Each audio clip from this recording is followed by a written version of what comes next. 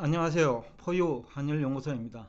오늘은 정권시장 환경과 향후 전망에 대해서 여러분과 대화를 나누고자 합니다. 최근에 이제 주가가 많이 빠졌잖아요.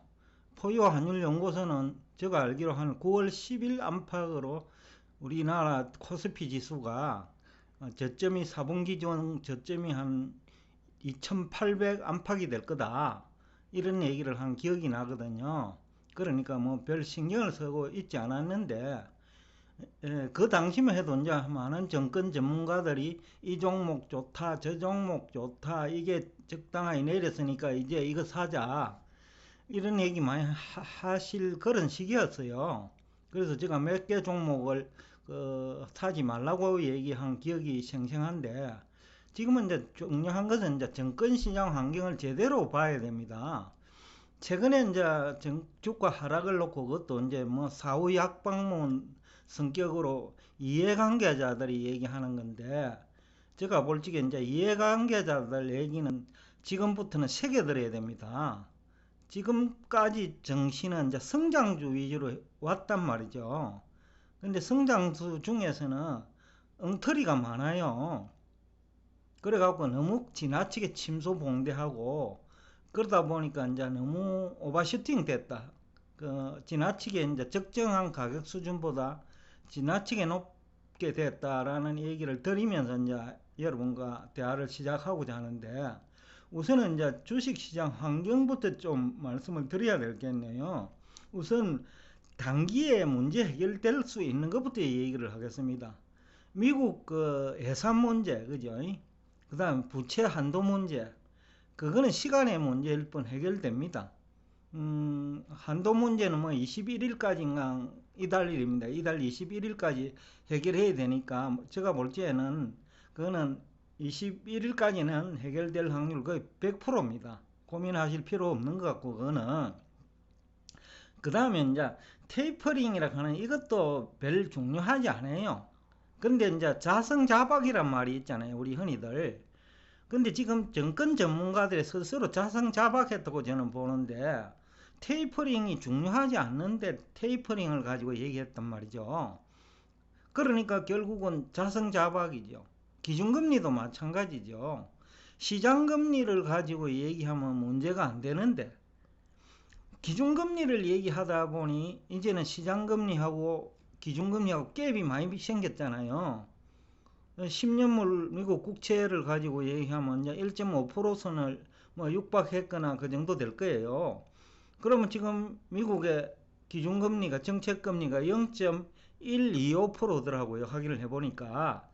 그럼 몇 분 올려? 0.25씩 4분, 5분 올려도 그까지 못 가는 거예요. 물론 이제 그 시장금리가 아직도 조금은 더 올라가야 돼요. 왜 그러냐 하면, 제가 8.15머니 할 때 얘기했는데, 지금 장기채가 너무 많다는 거예요. 지금 정권 전문가들 중에 누구도 그 얘기를 하지 않는데, 그게 이제 직접 투자 경험이 없으니까 그렇다고 보는데, 책이라도 한번 써봤으면 그 얘기가 나와야 되는데, 이 장기채와 단기채는 큰 차이가 있습니다. 지난번에 제가 언뜻 언급을 했는데, 예를 구체적으로 하나 들어볼게요. 10년물 국채가 예약식이 1%라고 가지고 예약할게요. 그러면 1% 금리가 낮을 때, 그러니까 연 1%일 때 발행을 했다고 합시다. 그러면 10년 동안 1% 받아봐요. 10%밖에 못 받아요. 물론 복리 계산하지 않은 겁니다. 10%밖에 못 받습니다. 근데 만약에 2%가 됐다고 생각을 해봅시다. 그러면 매년 2%씩 받잖아요. 그죠? 그럼 10년이면 20%죠. 금액이 10%만 보면 크지 않을 수 있는데, 대규모 자산을 운용하는 연기금 같은데, 정권회사 같은데, 은행 같은 데는 굉장히 큰 거예요, 그게. 왜냐면 1조씩 들어간단 말이에요. 1조씩 들어간다고 보면 그 1% 차이가 그 10%면 얼마입니까? 1000억이잖아요. 100억이 돼버리는 거예요. 1% 차이가. 그런데 그것이 이제 금리가 상승 국면에 들어가면 그 연 1%짜리로 발행된 그 채권은, 예를 들어서 지난달에 발행했다고 봅시다. 지난달에 발행한 게 이해하기 쉽게 제가 얘기하는 겁니다. 지난달에 1% 조건으로 했는데 갑자기 2%가 됐다고 봅시다. 1년 안에 한 2%는 갈 수 있으니까요. 그러면 어떤 현상이 생깁니까? 1%가 한꺼번에 반영이 됩니다. 1%가. 그러면 뭡니까? 그 10년이니까 10년 만에 시장에서 그 반영이 되는 게 아니고 1년 만에 금리가 1% 올라 버리면 그 10년치가 한꺼번에 반영되는 거예요. 그래서 금리 상승 초기에 그 금리가 급등하는 성질이 있어요. 그런 것을 이제 얘기할 수 있어야 금리 전문가라고 할 수 있는데 그저 기준금리를 자꾸 초점을 맞추다 보니까 그 중요한 것을 놓치는 거예요. 그 다음에 또 하나 지금 이제 나스닥 같은 경우에는 물론 막 초우량 기업도 섞여 있어요. 그러나 제가 볼 적에는 한 50% 이상은 그렇게 전도가 밝지 않거든요. 특히 이제 미국 나스닥 시장은 좀 성격이 다르기는 합니다만은 우리나라 코스닥 시장하고 10년, 20년이 있어도 해결 안 돼야 될 쉽게 하면 코스닥 시장 있다 입니다. 코스닥 종목들이. 이제 그런 기업들이 이제 많고 특히 이제 코로나 사태로 처음에는 전도가 밝았는데 지금은 전도가 그 코로나 사태가 이제 우리 같이 이제 코로나하고 같이 살자. 위드 코리아를 합니까? 위드 코로나나 합니까? 그래가지고 그거하고 같이 살자는 식으로 이제 가고 있는데 어쩔 수 없는 거죠 이제는. 근데 더 이상 그 참을 수가 없는 거예요. 자영업자나 또 그 사람들 대면을 요구하는 비즈니스 있잖아요. 그쪽은 이제 더 이상 살기가 어려워지니까 이제 위드 코리아라는 얘기가 나온 거예요. 그렇지만 이제는 망가질 대로 망가져 버렸고 망가지고 나면 회복되기 힘들어요. 대부분의 기업들도 그렇고 개인도 그렇고 그렇기 때문에 이제 그런 기업들이 이제 많이 나타납니다. 그래서 이제는 기준금리는 중요하지 않고 시장금리가 중요한 거예요. 쉽게 하면 신용도가 추락할 기업들이 많다라는 겁니다. 한 1년 동안 코로나 사태가 지속됐기 때문에 그러니까 헤어나기 힘든 기업들이 이제 많이 생깁니다. 그래서 이제 시장금리가 굉장히 중요해져 버렸어요. 그러면서 회사채 시장도 이제는 차별화됩니다. 그래서 채권 전문가가 있는 거거든요. 그리고 이제 S&P나 그 다음에 뭐 세계적인 신용평가 기업들이 있잖아요. 그 친구들은 항상 사후적으로 접근합니다. 사후적으로 접근하는 이유는 뭐 여러 가지입니다. 첫째는 기존에 자기들도 전문가가 아니면서 A라는 기업이 지금 잘 되고 있는데 신용등급 내릴 수가 없는 거예요. 그러니까 망가지고 나서 신용등급 내립니다. 또 다른 이유 하나는 자기들도 투자를 하고 있다는 거죠. 신용평가 회사들도. 그런데 투자를 하고 있는데 자기가 가지고 있는 기업을 빠져나오기도 전에 좋다고 얘기할 수 있다는 거예요. 예? 나쁘다고 얘기할 수 없는 거죠. 좋다고 얘기하는 거죠. 나쁜데 사실은요. 그러니까 신용등급을 내리지 못하는 거예요. 또 그런 문제 있고 그래서 이제는 믿을 거는 여러분들의 실력이고 또 실력이 없다면 좀 더 중립적인 얘기를 위치에서 얘기하는 사람 얘기를 들어야 돼요. 지금 요 근래에 주식 전문가들 얘기를 지금 어제 의도적으로 한번 들어봐서 무슨 얘기 하는지 불과 한 달 전만 하더라도 이거 사라 저거 사라 뭐 하반기 중에 3,600 간다 4,000 간다 하는 사람들이 지금 와서 무슨 얘기를 하는지 싶어서 제가 들어봤어요. 들어봤는데 어떤 사람은 죄인처럼 얘기하는 사람 미안하니까 그렇겠죠. 어떤 사람은 호통을 치는 사람. 예? 그러니까 뭐냐면 그 시청자들이 호통을 쳐야 되는데 자기가 먼저 선수치가 시청자들의 지금 성난 시청자들을 뭐 다스린다고 해야 될까요? 달랜다고 해야 되는 표현이 맞을 것 같네요. 그런 식으로 접근한 사람.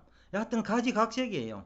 지금부터도 그 사람은 이제는 계속해서 호도할 수밖에 없습니다. 왜 그러냐면요. 이제 자기들이 이제 중국 관련 기업 좋다고 했잖아요. 중국이 좋다 했기 때문에 중국 관련 기업 좋다고 했을 거라고 말이죠. 그럼 어쩔 거입니까? 그거 빠져나와야 되거든요. 빠져나오기 위해서는 거짓말 할 수밖에 없는 거예요. 또 그러니까 이제 계속해서 우리 흔히들 거짓말 한 번 하면 여기서 거짓말 해야 되고 또 해야 돼, 또 해야 되고 반복되는 거예요. 그와 같은 어떤 현상이 이제 나타날 거로 봅니다. 그 다음에 또 하나는 시장금리가 이제 본격적으로 상승 쪽으로 간다면 아까 장기채 금리와 관련해가 시장금리가 2% 정도까지는 시간의 문제지 갈 수밖에 없어요. 그러면 2%라는 거는 굉장히 크단 말이에요. 0.5도 크단 말이에요. 10년짜리 국채는. 왜냐하면 10년에 나누어져 가지고 반영이 되면 크지 않는데 0.5가 6개월 동안에 오르고 1년 동안에 올라 버리면요, 그게 나머지 9년치가 한꺼번에 반영되는데 문제의 심각성이 있는 거예요. 그렇기 때문에 0.5도 큰 거예요. 그렇기 때문에 이제 시장은 재편될 수밖에 없고, 그보다 더 중요한 거는 기업이 발행한 채권은 A등급 채권은 우리나라의 경우에 2%가 안 됩니다. 아직까지. 근데 B등급으로 추락하는 순간에 8%가 되어버립니다. 그렇게 이제 심각하거든요. 그러니까 그거를 지금 얘기해 주는 사람이 있는지 싶어서 제가 보니까 그 얘기하는 사람 아무도 없어요. 그러니까 아직까지 금리에 대한 이해가 부족하다는 거죠.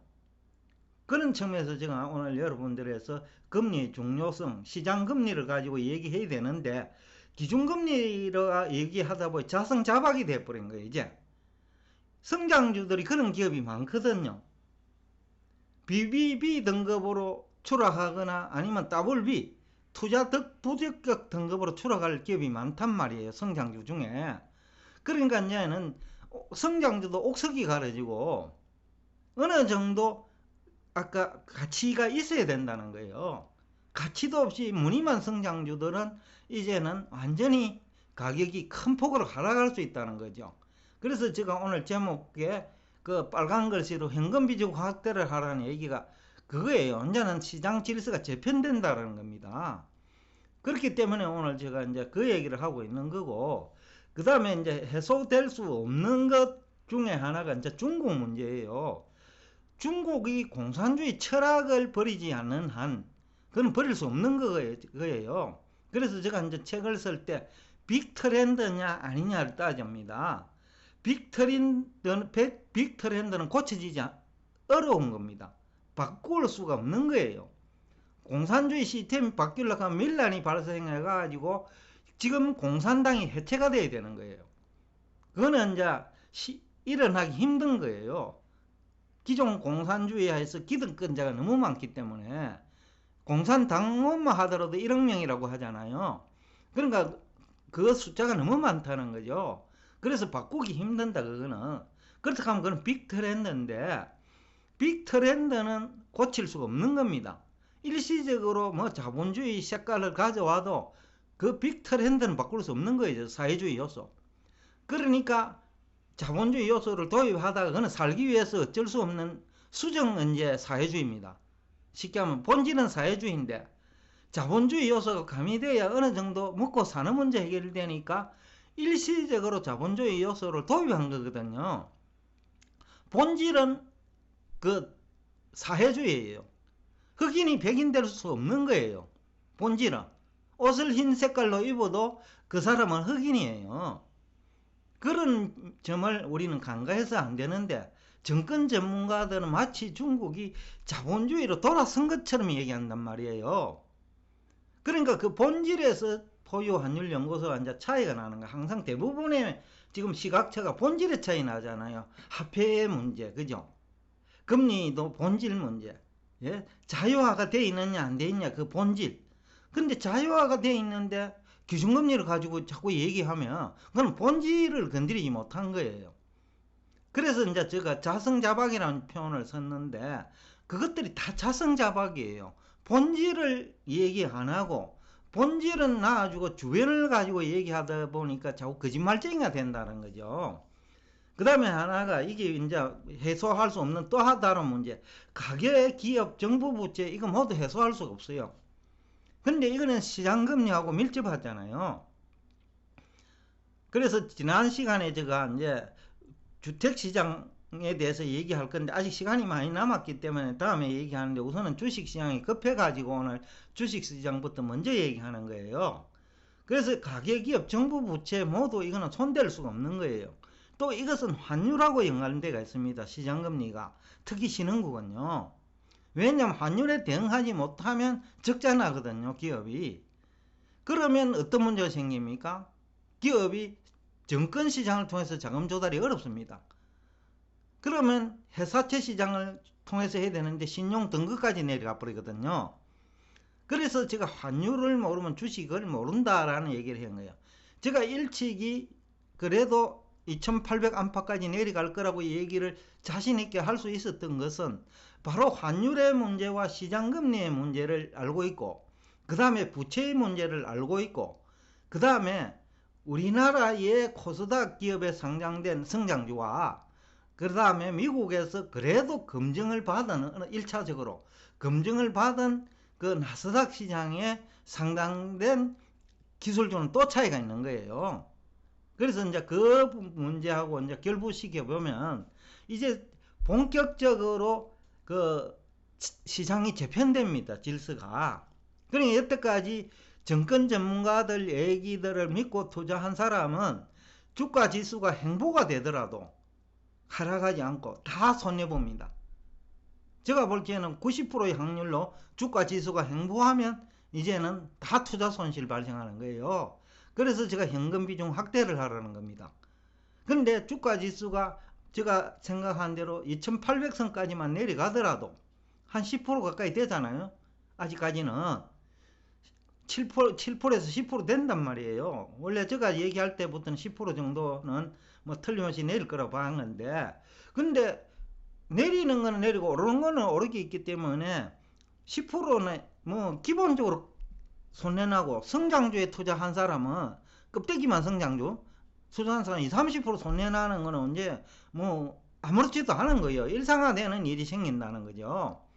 그래서 이제 제가 오늘 가능한 부채 비율이 높고 껍데기만 성장주 있잖아요.